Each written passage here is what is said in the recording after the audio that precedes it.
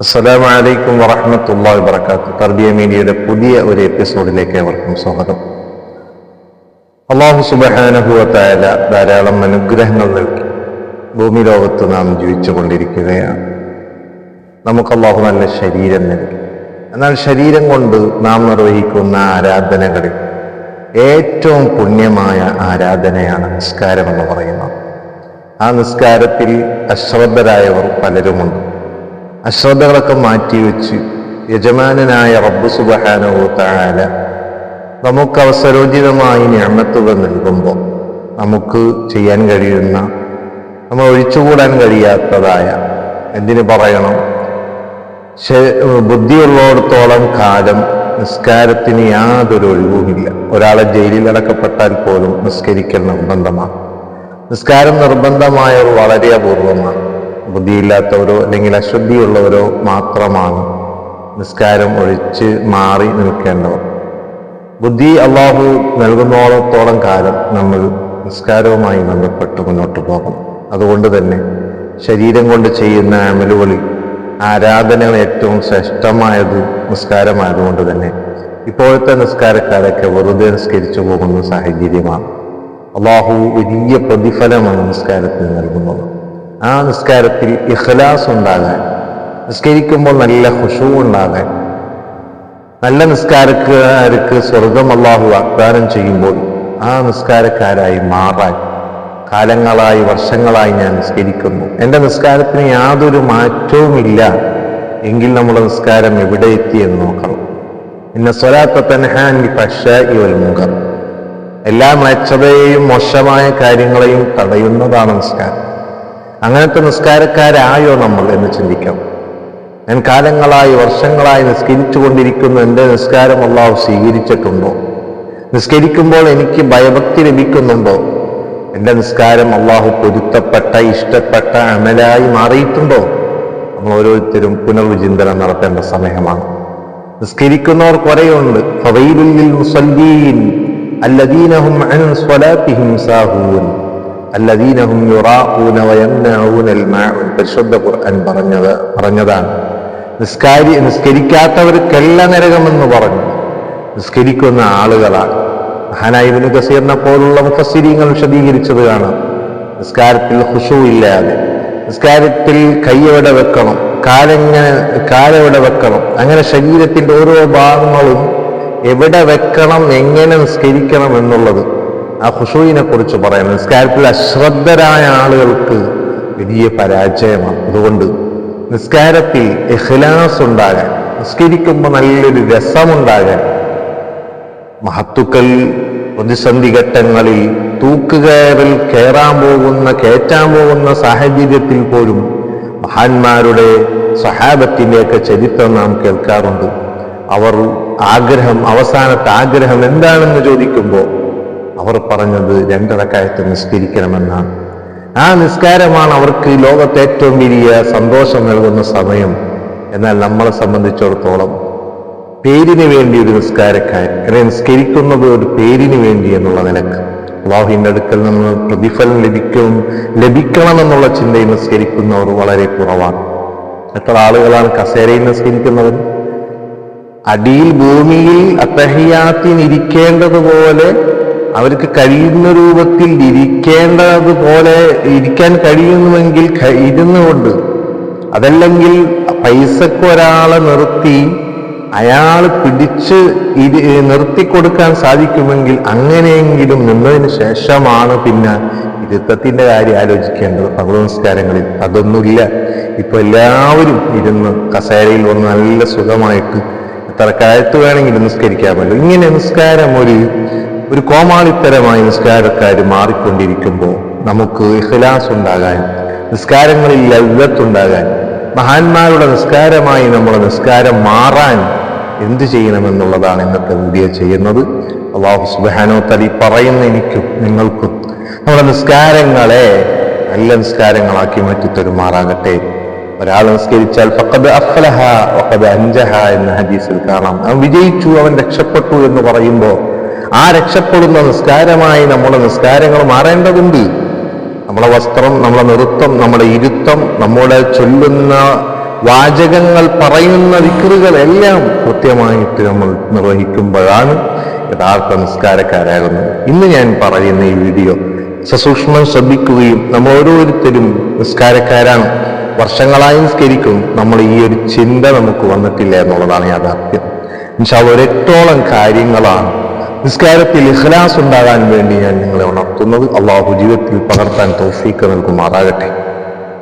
ഇഖ്ലാസ് എന്ന് പറഞ്ഞാൽ നമുക്കറിയാം, നിർജീവമായൊരു കോട്ടയാണ് അമലൊക്കെയും. ഇഖ്ലാസ് വന്നാൽ ജീവനാണതിനൊക്കെയും. നമ്മുടെ നിസ്കാരങ്ങൾ എങ്ങനത്തെ നിസ്കാരമാണ്? ആളുകൾ കാണാൻ വേണ്ടിയുള്ളൊരു നിസ്കാരക്കാരനായി മാറാതെ ഇഖ്ലാസുള്ള നമ്മുടെ അമലിന് ജീവൻ വരണമെങ്കിൽ ഇഖ്ലാസ് വേണമെന്ന് മഹത്തുക്കൾ പറയുമ്പോ നമ്മുടെ നിസ്കാരങ്ങൾ ഇഖ്ലാസുള്ള നിസ്കാരമായി മാറേണ്ടതുണ്ട്. റബ്ബ് സുബ്ഹാനഹു തആല തൗഫീഖ് നൽകുമാറാകട്ടെ. ഒന്നാമതായി നിസ്കാരക്കാരൻ ശ്രദ്ധിക്കേണ്ടത്, അവന്റെ നിസ്കാരം റബ്ബിനോടുള്ള മുനാജത്താണല്ലോ. അല്ലാഹുവിന്റെ മുമ്പിലാണ് ഞാൻ നിൽക്കുന്നതല്ലോ. എന്റെ നിസ്കാരം എന്റെ ശരീരം കൊണ്ട് ചെയ്യേണ്ട അമലുകളിൽ ഏറ്റവും പ്രധാനപ്പെട്ട അമലാണല്ലോ എന്ന് പറയുമ്പോ ആ നിസ്കാരത്തിൽ ഒന്നാമതായി ഖുശൂ ഉണ്ടാകാൻ, ഖുളൂ ഉണ്ടാകാൻ, അല്ലെങ്കിൽ ഇഖ്ലാസ് ഉണ്ടാകാൻ മഹത്തുക്കൾ പറയുകയാണ്, കാമിലായ വുളൂ ചെയ്ത് നീ നിസ്കരിക്കണം. കാമിലായ പരിപൂർണമായ വുളൂ. ആ വുളൂയിൽ അദബ്, ആ വുളൂഇന്റെ അദബ് നമ്മൾ മനസ്സിലാക്കണം. അത് കിബിലക്ക് മുന്നിട്ട് നിസ്കരിക്കൽ വുളൂഇന്റെ വുളൂ എടുക്കുമ്പോൾ അദബാണ്.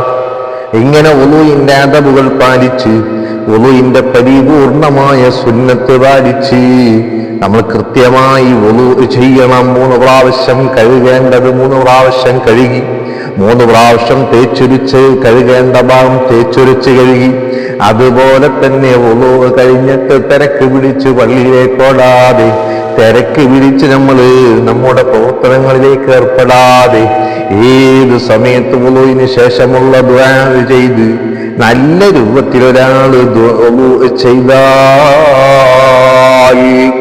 അങ്ങനെ നിസ്കരിച്ചു കഴിഞ്ഞാൽ അവന്റെ നിസ്കാരത്തിൽ അല്ലാഹു ഖുശൂ നൽകുന്നതാണ്, ഭയഭക്തി നൽകുമെന്ന് മഹത്തുക്കൾ രേഖപ്പെടുത്തുകയാണ്.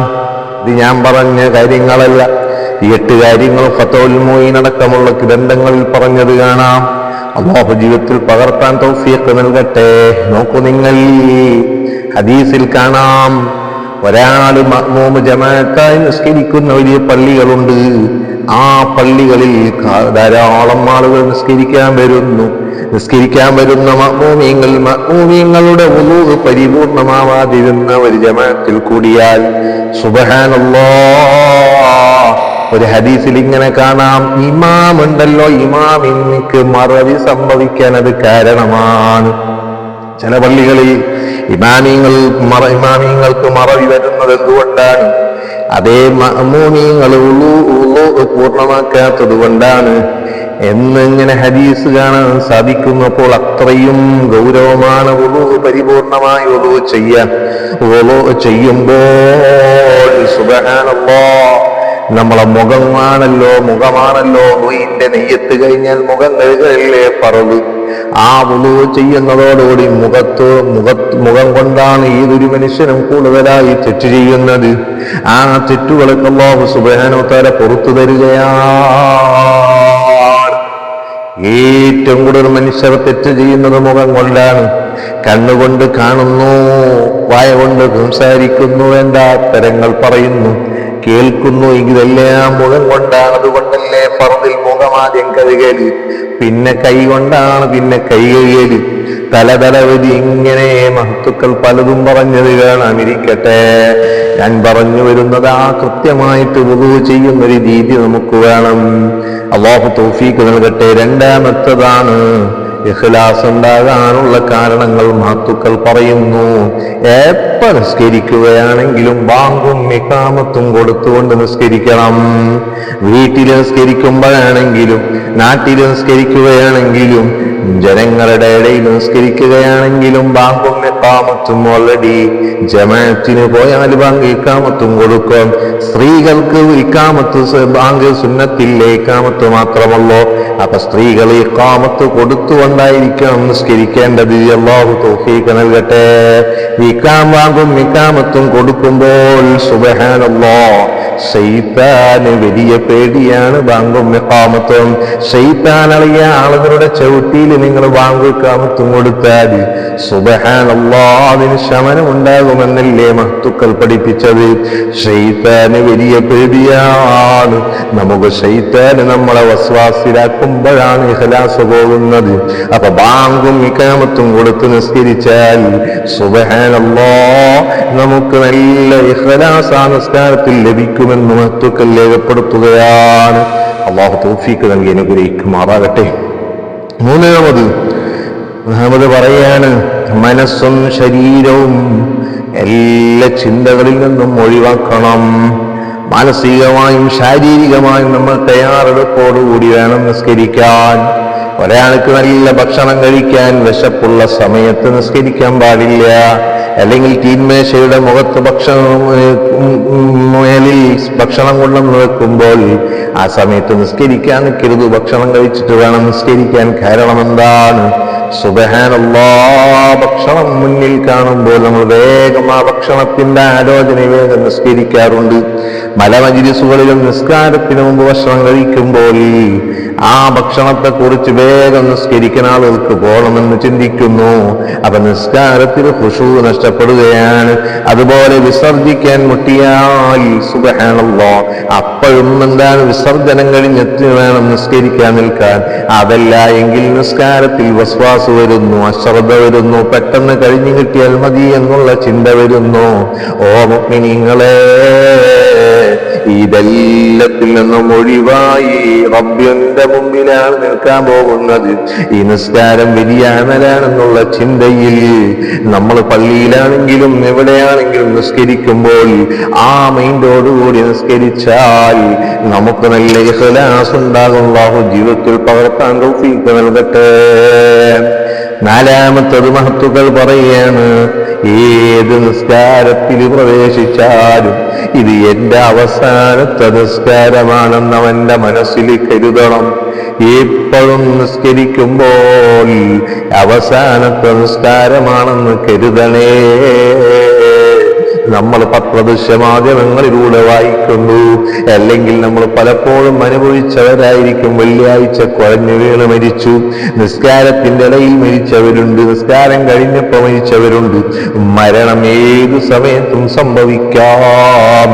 അതേ എന്തിനാണ് ഇങ്ങനെ പറയുന്നത്? ഇഖ്ലാസ് ഉണ്ടാകാനാണ്, നല്ല ഭയഭക്തി നിസ്കാരത്തിൽ ഉണ്ടാകാനാണ്. എന്റെ അവസാനത്തെ നിസ്കാരമാണല്ലോ റബ്ബേ എന്നുള്ളൊരു മൈൻഡ് ഉണ്ടായാൽ അവൻ നിസ്കാരത്തിൽ ശ്രദ്ധയോടുകൂടി നിസ്കരിക്കും. സുബ്ഹാനല്ലാഹ്, നിങ്ങൾ നോക്കൂ, യാത്ര പോകുമ്പോ ഗൾഫിലേക്ക് 2 വർഷം കഴിഞ്ഞേ തിരിച്ചു വരുള്ളൂ വീട്ടിലെ ഭർത്താവ്, അല്ലെങ്കിൽ മകൻ, അല്ലെങ്കിൽ വാപ്പ, അവർ ഗൾഫിലേക്ക് പോകുമ്പോൾ 2 റക്അത്ത് സുന്നത്ത് നിസ്കരിക്കുകയാണ്. യാത്രയുടെ സുന്നത്താണ്. നിസ്കാരത്തിൽ വലിയ ഖുശൂആണ്. യാത്ര എളുപ്പമാകാൻ ഇനി വരുന്നത് 2 വർഷം കഴിഞ്ഞിട്ടാണല്ലോ.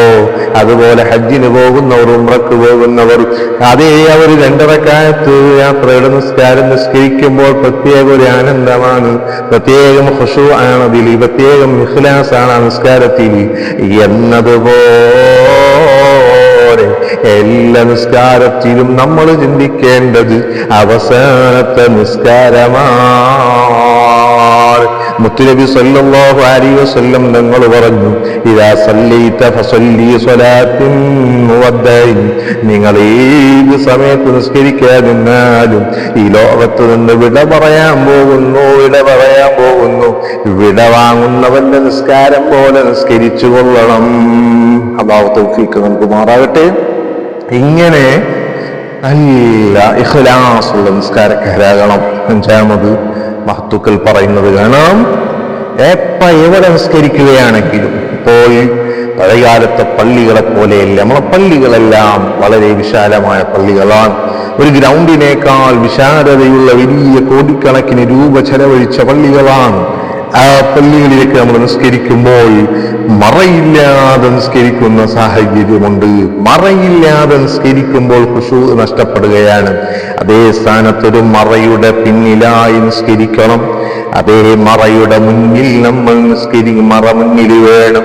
ഒരു മുഴത്തിന്റെ രണ്ടിലൊരു ഭാഗം മറയാക്കി വെക്കണം. ഒരു മുഴത്തിന്റെ രണ്ടിലൊരു ഭാഗമെങ്കിലും മുന്നിൽ മറ വെച്ച് ഒരു 3 മുഴം ഗ്യാപ്പില്ലാതെ മറയുണ്ടാകണമെന്ന ചില പള്ളികളിൽ കണ്ടില്ലേ? ഒന്നാമത്തെ സഫ് ഒഴിച്ചിട്ടിട്ട് രണ്ടാമത്തെ സഫിലേക്ക് ഇറങ്ങി നിൽക്കുന്നു. അവരുടെ മുമ്പിൽ വരുന്ന മറ അല്ലെങ്കിൽ അവരുടെ മുമ്പിൽ വരുന്ന ഒരു വലിയ ഒരു ചുമര് വരുന്നത് അത് 6 മുഴം ഒക്കെ ഡിഫറൻറ്റോട് കൂടിയാണ്. അങ്ങനെ കറാഹത്തോടു കൂടിയൊക്കെ നിസ്കരിക്കുന്ന നിസ്കാരക്കാരാണ്. ഇങ്ങനെ പള്ളി വിശാലമായപ്പോൾ മസാലകളൊക്കെ മാറി മറിഞ്ഞു പോവുകയാണ്. ഞാൻ പറഞ്ഞു വരുന്ന നമ്മുടെ മൈൻഡ് മാറാൻ കാരണമാണ്. അപ്പോ മറയോടെ പിന്നിൽ നമ്മൾ നിന്ന് നിസ്കരിക്കുന്ന ഒരു രീതി നമ്മുടെ ജീവിതത്തിൽ ഉണ്ടാകണം. അത് വളരെയധികം നിസ്കാരത്തിൽ ഇഖ്ലാസ് ഉണ്ടാകാൻ കാരണമാണ്. നമ്മുടെ വീട്ടിലാണെങ്കിലും നമ്മളെ മുന്നിലൂടെ പലതും നടക്കുന്നു, അല്ലെങ്കിൽ വിശാലമായി പള്ളികളിൽ കയറിയാൽ വന്നു കഴിഞ്ഞാൽ നടക്കുന്ന വഴിയിൽ നിസ്കരിക്കുന്നവരെ കാണാം. അവരുടെ മുമ്പിൽ വിശാലമായ ഒരു സ്ഥലമാണ്. അവരുടെ മുമ്പിലൂടെ ആളുകൾ നടന്നു പോകുന്നു. അത് നിസ്കാരക്കാരുടെ മുന്നിലൂടെ നടക്കാൻ പാടില്ല. പക്ഷേ ഇവനെന്ത് ചെയ്യും? വന്നു കഴിഞ്ഞ ഉടനെ തന്നെ അവിടെ കയറി നിൽക്കും. പിന്നെ അവന്റെ മുന്നിൽ കൂടെ നടക്കേണ്ട സാഹചര്യത്തിൽ നടക്കേണ്ടേ എന്നാളുകൾ പറയും. അപ്പോ ആ രീതിയിൽ നിസ്കാരത്തിൽ മൈൻഡ് വളരെയധികം നമ്മുടെ മനസ്സ് മാറിപ്പോകുന്ന ഒന്നാണ് മറയില്ലാതെ നിസ്കരിക്കാവുന്ന. നബി സല്ലല്ലാഹു അലൈഹി വസല്ലമ തങ്ങൾ അതേ മറയില്ലെങ്കിൽ ഒരു വരയെങ്കിൽ ഒരു ചെറിയ ഒരു കമ്പ് മുമ്പിൽ കുഴിച്ചിട്ടിട്ട് ഒരു ചെറിയ വടിയെങ്കിലും കുഴിച്ചിട്ട് നിസ്കരിക്കണമെന്ന് പറയുന്നു. ഇനി വടിയില്ല എങ്കിൽ ഒരു വരയെങ്കിലും മുന്നിൽ നിങ്ങൾ വരയ്ക്കണേ. ആ രൂപത്തിലെങ്കിലും മറ വെക്കണം. നമ്മൾ അല്ലാഹു തൗഫീഖ് നൽകുമാറാകട്ടെ. ആറാമത്തൊരു കാര്യം, ഖലാസ് ഉണ്ടാവാൻ ആറാമത്തെ കാര്യം മഹത്തുക്കൾ പറയുന്നു, നിന്റെ നോട്ടം എപ്പോഴും സുജൂദിന്റെ സ്ഥാനത്തേക്കായിരിക്കണം. എപ്പോഴും നമ്മൾ നിസ്കരിക്കുമ്പോഴും സുജൂദ് ചെയ്യുന്ന സ്ഥാനത്തേക്ക് നോക്കണം. അങ്ങനെ നമ്മൾ നിസ്കരിക്കുമ്പോൾ നമ്മളെ മനസ്സ് മാറൂല. നേരെ നമ്മൾ മുകളിലുള്ള ഫാനിലേക്കും അതുപോലെ ചെയ്തിരിക്കുന്നവല്ല നല്ല സെറ്റപ്പുള്ള ലൈറ്റിന്റെ ഫിറ്റിംഗ്സിലേക്ക് നോക്കുന്നു, മുമ്പിലുള്ള ആളുകളുടെ ഡ്രസ്സിലേക്ക് നോക്കുന്നു, മുമ്പിലുള്ള പലതിലേക്ക് നമ്മൾ നോക്കുന്നു. അങ്ങനെ നോക്കുമ്പോൾ നമ്മുടെ മനസ്സ് മാറിപ്പോവുകയാണ്. അതേ സ്ഥാനത്ത് സുജൂദിന്റെ ഭാഗത്തേക്ക് നോക്കുമ്പോൾ മനസ്സ് മാറുന്നില്ല. അത് മുമ്പിൽ മറയുണ്ടെങ്കിൽ മനസ്സ് മാറുന്നില്ല. അതുകൊണ്ട് ആ രൂപത്തിൽ സുജൂദിന്റെ ഭാഗത്തേക്ക് നോക്കണം. അത്തഹിയാത്തിൽ ഇരുന്നാലും സുജൂദിന്റെ ഭാഗത്ത് തന്നെ നോക്കണം. അശ്ഹദു അല്ലാ ഇലാഹ ഇല്ലല്ലാഹ്, അല്ലാഹ് ഏകനാണെന്നുള്ള വചനം പറയുമ്പോ ഒരു ചൂണ്ടുവിരലങ്ങൾ ഉയർത്തുകയാണ്. അതിനെ സപ്പോർട്ട് ചെയ്ത് വലിയ തള്ളവിരലുകൾ കൊണ്ട് നമ്മൾ സപ്പോർട്ട് ചെയ്ത് കിബിലയിലേക്ക് ഉയർത്തുകയാണ്. അത് ഉയർത്തുമ്പോൾ മാത്രമാണ് നമ്മൾ ആ വിരലിലേക്ക് നോക്കേണ്ടത്. അത് പ്രത്യേകം സുന്നത്താണ്. നിസ്കാരം കഴിയുന്നത് വരെ അങ്ങനെയാണ് നോക്കേണ്ടത്. എന്നിട്ടോ സലാം വീട്ടുമ്പോൾ എല്ലാവരും അടിയിലേക്ക് നോക്കാറുണ്ട്. അതേ അടിയിലേക്ക് ഇങ്ങനെ കൊമ്പിട്ട് മടിയിലേക്ക് നോക്കുന്നതല്ല ശരി.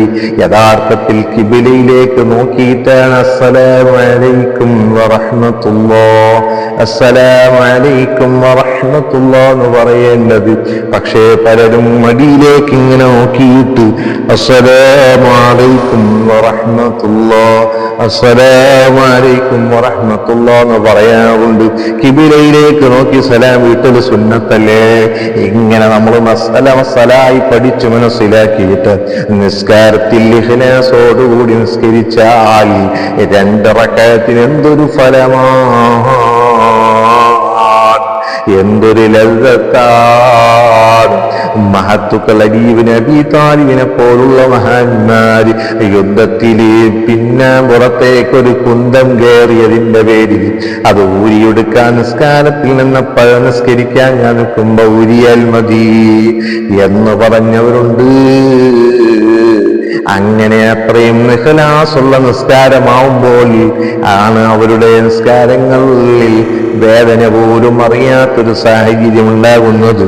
അല്ലാഹു അതുപോലെ നിസ്കരിക്കാൻ തൗഫീഖ് നൽകുമാറാകട്ടെ. എത്ര നാളായി നമ്മൾ നിസ്കരിക്കുന്നു? ഈ നിസ്കാരങ്ങളിൽ ഇപ്പോഴും നമ്മൾ വജ്ജഹത്ത് തന്നെയാണ്, ഇപ്പോഴും നമ്മൾ ഫാത്തിഹ തന്നെയാണ് ഓതുന്നത്. അതുപോലെ തന്നെ ദിക്റുകളൊക്കെ നമ്മൾ ചൊല്ലുന്നതും പറയുന്നതും ഇപ്പോഴും അതുപോലെ തന്നെയാണ്. പക്ഷേ പ്രിയപ്പെട്ടവരെ ശ്രദ്ധിക്കണം, ഈ ഇത്രയും നാൾ നമ്മൾ നിസ്കരിച്ചു, നമ്മൾ വജ്ജഹത്ത് ഓതുന്നില്ലേ? ആ വജ്ജഹത്തിന്റെ അർത്ഥം നമുക്കറിയോ? ഫാത്തിഹ ഓതുന്നില്ലേ? ഫാത്തിഹയുടെ അർത്ഥം നമുക്കറിയുമോ? ശറിയ റബ്ബിഗ്ഫിർലി വർഹംനി വജ്ബുർനി വർഫഅനി വർസുഖ്നി വഹ്ദിനി വഅഫിനി എന്നതിന്റെ അർത്ഥം അറിയോ? അതേ മഹത്തുക്കൾ പറയുകയാണ്. ഏഴാമതായി പറയുന്നു, നിങ്ങളുടെ മനസ്സിൽ ഇഖ്ലാസ് വേണോ? നിസ്കാരത്തിൽ ഇഖ്ലാസ് വേണമെങ്കിൽ നിങ്ങൾ ചൊല്ലുന്നതും പറയുന്നതിന്റെയും അർത്ഥം നിങ്ങളൊന്ന് ചിന്തിച്ച് നിസ്കരിച്ചു നോക്ക്. നിങ്ങൾക്ക് വലിയ ഇഖ്ലാസാ. സുബ്ഹാനല്ലാഹ് റബ്ബിഗ്ഫിർലി എന്തൊരു ദുആണ്. അതേ ദുനിയാവിലെയും ദുനിയാവും ആഖിറവും ചോദിച്ചു വാങ്ങുകയാണ്. റബ്ബിഗ്ഫിർലി, റബ്ബേ എനിക്ക് നീ പുറത്തു തരണേ അല്ലാഹ്. വർഹംനി, എനിക്ക് നീ കാരുണ്യം ചെയ്യണേ അല്ലാഹ്. വർഫഅനി റബ്ബിഗ്ഫിർലി വർഹംനി വജ്ബുർനി, എന്റെ പ്രശ്നങ്ങളൊക്കെ പരിഹരിച്ചു തരണേ അല്ലാഹ്. വർഫഅനി, എനിക്ക് നീ ഉയർച്ച നൽകണേ അല്ലാഹ്. എല്ലാ മേഖലയിലും ദുനിയാവിലും ആഖിറത്തിലും ഉയർച്ച നൽകണേ അല്ലാഹ്. വർസുഖ്നി, എനിക്ക് എന്റെ ജീവിതോപാധികളിൽ നീ എനിക്ക് ഹൈറായതൊക്കെ നൽകണേ അല്ലാഹ്. വഹ്ദിനി, എന്നെ നീ ഹിദായത്ത് സന്മാർഗത്തിലാക്കണേ അല്ലാഹ്. വഅഫിനി, എന്റെ മനസ്സിനും ശരീരത്തിനും നീ ആരോഗ്യം നൽകണേ അല്ലാഹ്. ഇങ്ങനെ നല്ല ദുആ ചെയ്യുകയാണ്. സുബ്ഹാനല്ലാഹ്.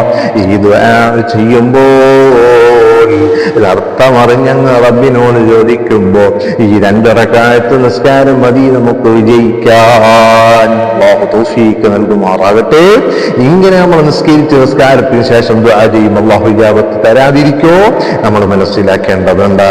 8ാമത്തെ അവസാനമായിട്ട് മഹത്തുക്കൾ പറയുന്നു, അവസാനമായി മഹത്തുക്കൾ പറയുകയാണ്, അതേ അല്ലാഹുവിന്റെ മുമ്പിലാണ് ഞാൻ നിൽക്കുന്നത് എന്ന് ചിന്തിച്ച് നിസ്കരിക്കണം.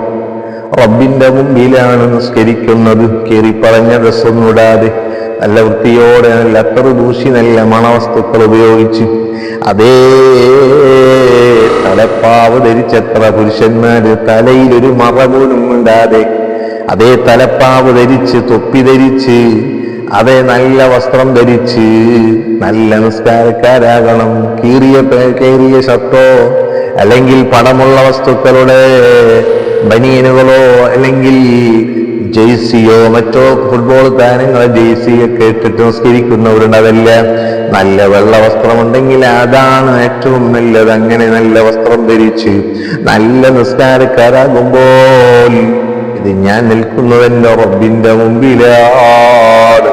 ഞാൻ എൻ്റെ റബ്ബിനോടാണ് മുഴുവനും കാര്യങ്ങളും പറയുന്നത്. ഇങ്ങനെ വണക്കത്തോടെ, അതബോടെ, ബഹുമാനത്തോടെ എൻ്റെ റബ്ബിന്റെ മുമ്പിലാണ് ഞാൻ നിസ്കാരത്തിന് നിൽക്കുന്നതെന്നുള്ള ബോധം നമ്മുടെ മനസ്സിലുണ്ടായാൽ ആ നിസ്കാരത്തിൽ പിന്നെ നമ്മ കളിക്കൂല. ആ നിസ്കാരത്തിൽ വേറെ ചിന്ത പോകൂല. ആ നിസ്കാരത്തിൽ വേറെ മൈൻഡ് നമുക്ക് വരൂല. നല്ല മനസ്സോടെ നമ്മൾ നിസ്കരിക്കുന്നതാണ്. അല്ലാഹു തൗഫീഖ് നൽകുമാറാകട്ടെ. അതല്ലേ നിസ്കരിക്കുമ്പോൾ നമ്മൾ സുജൂദിന്റെ ഭാഗത്തേക്ക് നോക്കി തല അങ്ങോട്ട് ഇങ്ങനെ കുനിഞ്ഞു നിന്ന് സുജൂദിന്റെ ഭാഗത്തേക്കാണ് നമ്മൾ നോക്കുന്നത്. അതാണ് റബ്ബിന്റെ മുമ്പിൽ, യജമാനനായ റബ്ബിന്റെ മുമ്പിൽ വണക്കത്തോടെ അതബോടെ അടിമ നിൽക്കുകയാണ്, തല കുനിച്ചു നിൽക്കുകയാണ്. അതല്ലേ ഒരു അടിമയുടെ സ്വഭാവം. അതല്ലാതെ തല ഉയർത്തി മുകളിലേക്ക് നോക്കി നിസ്കരിക്കുന്നവരുണ്ട്. അത് ശരിയല്ല. സഹാബത്തിന്റെ സ്വഭാവം എങ്ങനെയാണ്? മുത്തുനബിയുടെ മുമ്പിൽ തല കുനിച്ചാണ് അവർ നിൽക്കുന്നത്. അത് അതവുള്ളവരുടെ സ്വഭാവമാണ്. നെഞ്ചുവിരിച്ച് ശരീരമുയർത്തി മുഖത്തോട് മുഖത്തേക്ക് അവർ നോക്കാറില്ല, കണ്ണു തുറിച്ചു നോക്കാറില്ല. ലാ യഹദ്ദൂന നളറ ഇലൈഹി തഅദീമൻ ലഹു, മുത്തുനബിയെ ബഹുമാനിച്ചുകൊണ്ട് സ്വഹാബത്ത് അതേ അവർ കണ്ണ് തുറപ്പിച്ചു നോക്കി നിൽക്കാറില്ല. മുത്തുനബി എങ്ങാനും അവരിൽ നിന്ന് കണ്ണെങ്ങോട്ടെങ്കിലും തിരിച്ചാൽ ഹബീബായ തങ്ങളെ കണ്ടവർ ആസ്വദിക്കുകയാണ്, നേരെ നോക്കുകയാണ്. നേരെ നോക്കിയാലോ അവരെ കണ്ണങ്ങോട്ട് അവർ താഴോട്ട് നോക്കിയിട്ട് നിൽക്കുകയാണ്. അതുപോലെ ഇതല്ലേ ശിഷ്യന്മാർ, ഇതല്ലേ അടിമകൾ ചെയ്യേണ്ടത്. ആ രീതിയിൽ റബ്ബിന്റെ മുമ്പിലാണെന്നുള്ള അതുപോലെ നമ്മൾ നിൽക്കണം. അല്ലാഹു നമ്മെ കാണുന്നുണ്ട്. ആ റബ്ബിന്റെ മുമ്പിലാണ് ഞാൻ നിൽക്കുന്നത്, അല്ലാഹു എന്നെ കണ്ടുകൊണ്ടിരിക്കുന്നുണ്ട് എന്നുള്ള മനസ്സ് നമുക്ക് നിസ്കാരത്തിൽ ആവാഹിച്ചെടുക്കാൻ സാധിക്കും. ഈ നിസ്കരിക്കുമ്പോൾ തെറ്റുകളിലേക്ക് പോവുകയില്ല എന്ന് പറയുമ്പോ പ്രിയപ്പെട്ടവരെ, ആ നിസ്കാരത്തിൽ നമ്മൾ നിന്നതാരെ മുമ്പിലാണ്? അള്ളാഹുവിന്റെ മുമ്പിലാണ്. അള്ളാഹുവിന്റെ മുമ്പിൽ നിൽക്കുമ്പോൾ നമ്മൾ അതോടുകൂടി നിന്നു. ആ റബ്ബ് നമ്മളെ കാണുന്നുള്ള ബോധം എപ്പോഴും നമ്മുടെ മനസ്സിലേക്ക് വരുമ്പോൾ ഇന്ന സ്വലാത്ത തൻഹാ അനിൽ ഫഹ്ശാഇ വൽ മുൻകർ, ഒരു തെറ്റിലേക്കും നമ്മൾ പോകുന്നില്ല. കാരണം നിസ്കാരത്തിൽ ആവാഹിച്ചെടുത്തതാണ് റബ്ബിന്റെ മുമ്പിലാണെന്നുള്ള മൈൻഡാണ്. സുബ്ഹാനല്ലാഹ്, ആ റബ്ബിനെ കുറിച്ച് അങ്ങനെയല്ലേ മഹത്തുക്കൾ പഠിപ്പിച്ചത്. നബി സല്ലല്ലാഹു അലൈഹി വസല്ലം തങ്ങൾ തന്നെ പറഞ്ഞത് അങ്ങനെയല്ലേ, അൻതഅബ്ദു റബ്ബക കഅന്നക തറാഹു ഫഇൻ ലം തകുൻ തറാഹു ഫഇന്നഹു യറാകാനല്ലേ. നിങ്ങൾ റബ്ബിനെ കാണുന്നത് പോലെ നിങ്ങൾ നിസ്കരിക്കണം, നിങ്ങൾ ഇബാദത്ത് ചെയ്യണം. റബ്ബ് നിങ്ങൾ അല്ലാഹുവിനെ കാണുന്നില്ലെങ്കിലും അല്ലാഹ് നിങ്ങളെ കാണുന്നുള്ള മൈൻഡ് എപ്പോഴും വേണം. അങ്ങനെ വന്നാൽ തെറ്റുകളിലേക്ക് പോകൂല. മുതലാളിയുടെ മുന്നിൽ തൊഴിലാളി ജോലി ചെയ്യുമ്പോ നിങ്ങൾ കണ്ടിട്ടില്ലേ, മുതലാളിയെ പേടിച്ചുകൊണ്ട് അതോടെ ബഹുമാനത്തോടെ കൃത്യതയോടെ എല്ലാം നിർവഹിക്കുന്നത് പോലെ സുബ്ഹാനല്ലാഹ്, അല്ലാഹു കാണുന്നുണ്ട്, യജമാനനാണ്. അടിമകളായ നമ്മൾ റബ്ബിന്റെ മുമ്പിൽ നിസ്കരിക്കുമ്പോൾ അല്ലാഹു കാണുന്നുണ്ടെന്നുള്ള ബോധം നമുക്കുണ്ടെങ്കിൽ നിസ്കാരത്തിൽ വീഴ്ച വരുത്തുമോ? നിസ്കാരത്തിൽ ഇഖ്ലാസ് ഇല്ലാതെ പോകുമോ? അതുകൊണ്ട് മഹത്തുക്കൾ എട്ടാമതായി പറഞ്ഞത് റബ്ബിന്റെ മുമ്പിലാണ് നിൽക്കുന്നതെന്നുള്ള ബോധത്തോടുകൂടി നിങ്ങൾ നിസ്കരിച്ചു കൊള്ളുക. ഇന്ന റബ്ബക ലബിൽ മിർസാദ്, നീ കാണാതെ നിന്നെ നിരീക്ഷിച്ചു കൊണ്ടിരിക്കുകയാണ് റബ്ബ് സുബ്ഹാനഹു വ തആല. യഅലമു ഖായിനത്തൽ അഅ്യുനി വമാ തുഖ്ഫി സുദൂർ, നിന്റെ കട്ടുനോട്ടവും അതുപോലെ മനസ്സിന്റെ വിചാരങ്ങളും അറിയുന്നത് റബ്ബാണ്. ആ റബ്ബിന്റെ മുമ്പിലാണ് ഞാൻ നിൽക്കുന്നത് എന്നുള്ള ചിന്തയിൽ നിങ്ങൾ നിസ്കരിച്ചു കൊള്ളുക. അങ്ങനെ നിസ്കരിച്ചാൽ 2 റക്അത്ത് പോരെ മുഅ്മിനീങ്ങളെ വിജയിക്കാൻ. അല്ലാഹു ഈ വീഡിയോ കൊണ്ട്, ഈ അറിവ് കൊണ്ട് നിസ്കാരത്തിൽ ഖുശൂ നൽകട്ടെ.